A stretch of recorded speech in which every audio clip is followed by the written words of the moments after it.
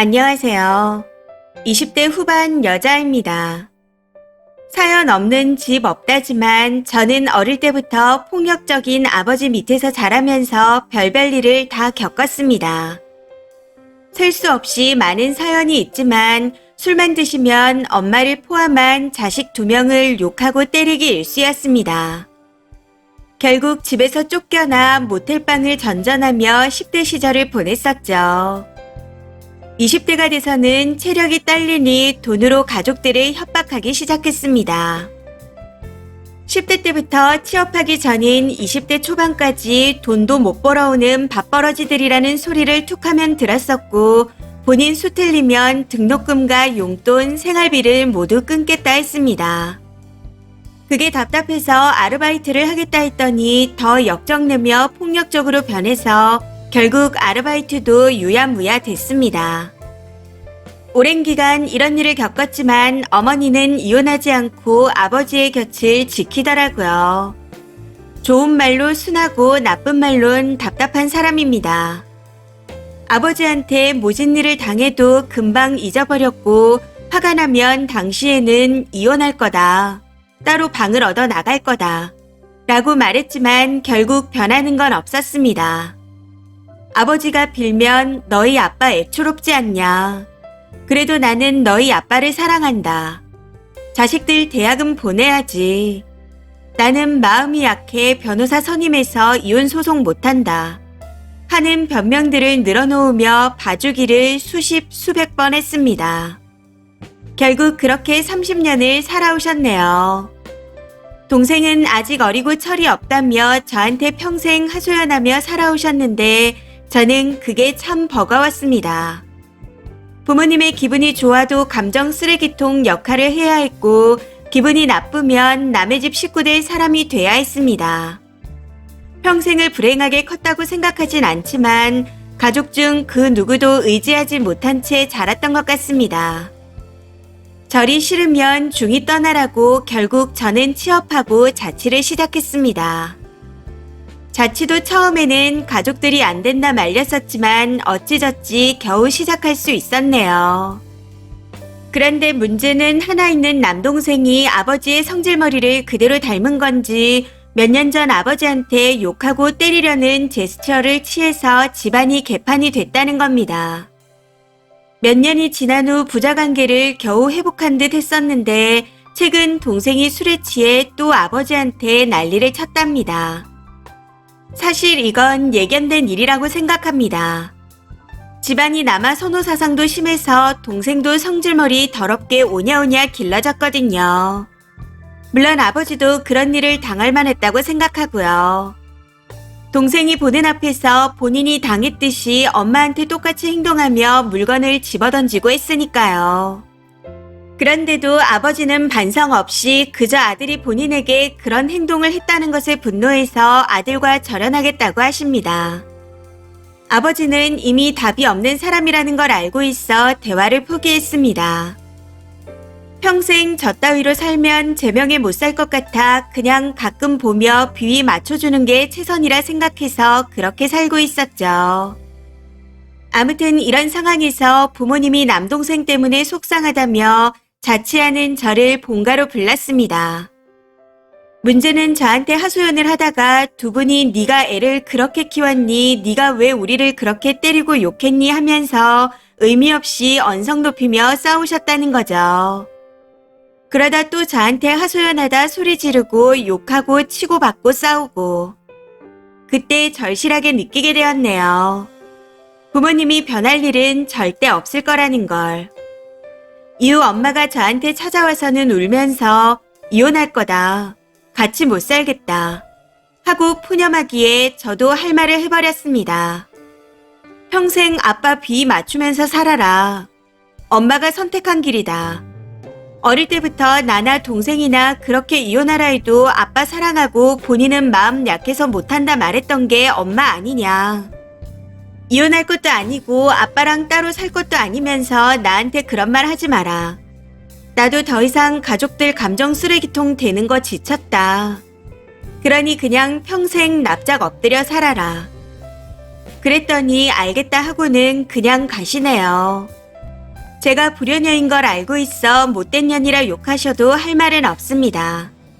하지만 가족 셋 다 한심하고 꼴보기가 싫네요. 해서 앞으로는 가족은 없는 셈 치고 혼자 살아보려고 합니다. 어디 말하기도 웃기고 대나무숲 말하듯이 토로하고 싶어 글을 적어봅니다. 긴 글 읽어주셔서 감사합니다. 추가입니다. 답답하고 어디 말하면 집안 망신이라 참다가 쓴 글이었는데 많은 분들께 관심받아서 깜짝 놀랐습니다. 첨언을 조금 하자면 동생이 잘했다고 말씀하시는 분들이 계시는데 저도 동생이 아버지에게 왜 그런 행동을 했는지는 이해하고 있습니다. 동생도 술에 취해 누나만 내 입장을 이해한다 하고 울면서 말했다 하더라고요. 하지만 본문에도 적었다시피 집안 분위기가 남아 선호 사상이 깔려 있어 어릴 때 저도 동생한테 욕을 듣고 무시도 많이 당하면서 자랐습니다. 어릴 때 본인 기분이 좋지 않다고 툭하면 저한테 화풀이하고 간간히 욕도 했었죠. 그러다 기분이 풀리면 미안하다 한마디 하고는 일상으로 돌아왔고요. 부모님, 특히 어머니가 남아 선호 사상이 심해서 그걸 보고도 저한테 마지가 이해해줘라. 동생이 철이 없어서 그런 거 아니냐. 라고 하며 무조건 이해하라고만 하셨습니다. 첫째는 당연히 그런 걸 이해해줘야 한다는 분위기였죠. 동생이 제사를 지내야 하니 딸보다는 아들이 더 중요하다는 말도 면전에서 듣기도 했고요. 실언이었다고 저한테 몇 차례나 사과하셨지만 그게 제 기억에서 잊히지 않더라고요. 지금은 남아 선호 사상이 심하진 않지만 어린 시절을 그렇게 지내며 둘 다 성인이 되었습니다. 그리고 아버지가 무서워서 어머니한테만 막말을 한 것도 맞습니다. 힘 약한 어머니한테 그냥 쏟아낸 거죠. 저도 잘했다고 생각 안 합니다. 그래서 저는 결혼 생각은 감히 하지도 못해요. 저도 엄마처럼 의존적이고 아버지처럼 자식을 대할까 싶어서요. 무의식 속에 남아 선호 사상이 있을까 싶어 무섭습니다. 거기다 제가 아이를 낳을 수 있는 건강 상태도 아니라서 자의 반 타의 반으로 비혼이네요. 아무튼 공감해주신 분들 너무 감사드립니다. 위안을 많이 받았어요. 푸념하듯 적은 글이라 더 이상 추가 글은 없을 것 같지만 앞으로 정신 차리고 확실히 벗어나서 잘 살아보도록 하겠습니다. 긴 글 읽어주시고 조언해주신 분들 모두 건강하고 행복하시길 바라겠습니다. 감사합니다. 댓글입니다. 첫 번째. 인간은 욕에 넘어지는 게 아니라 팩트에 무너집니다. 엄마에게는 불쌍한 마음과 화나는 마음, 미안한 마음이 모두 생기는 게 정상이고요. 그런데 그대로 살다가는 님이 먼저 죽을 것 같네요. 님이라도 살아요. 가족이라는 게 살아온 지난 평생을 지옥만 준 거라면 더 이어갈 이유가 있나요? 한 번 사는 인생 이제 다 털고 폭력 없는 세상에서 밝게 살라고 얘기해주고 싶네요. 두 번째. 가장 피해자는 님이고 앞으로 피해자가 될 사람도 님입니다.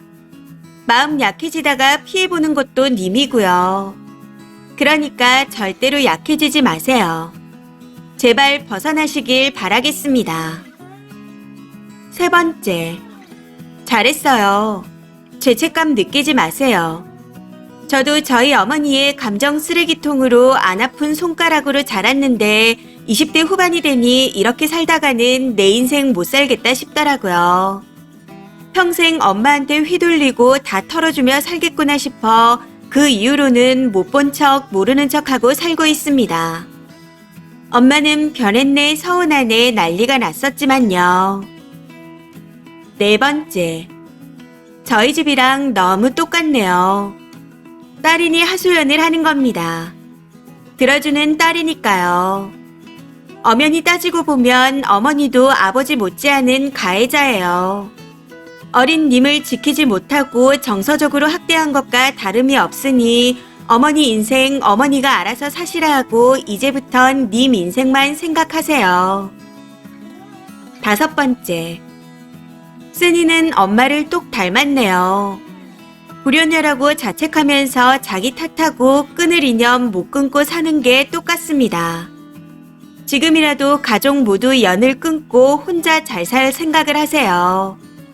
그러다 보면 좋은 인연도 나타날 거고 행복한 가정을 내 손으로 만들 수도 있을 겁니다.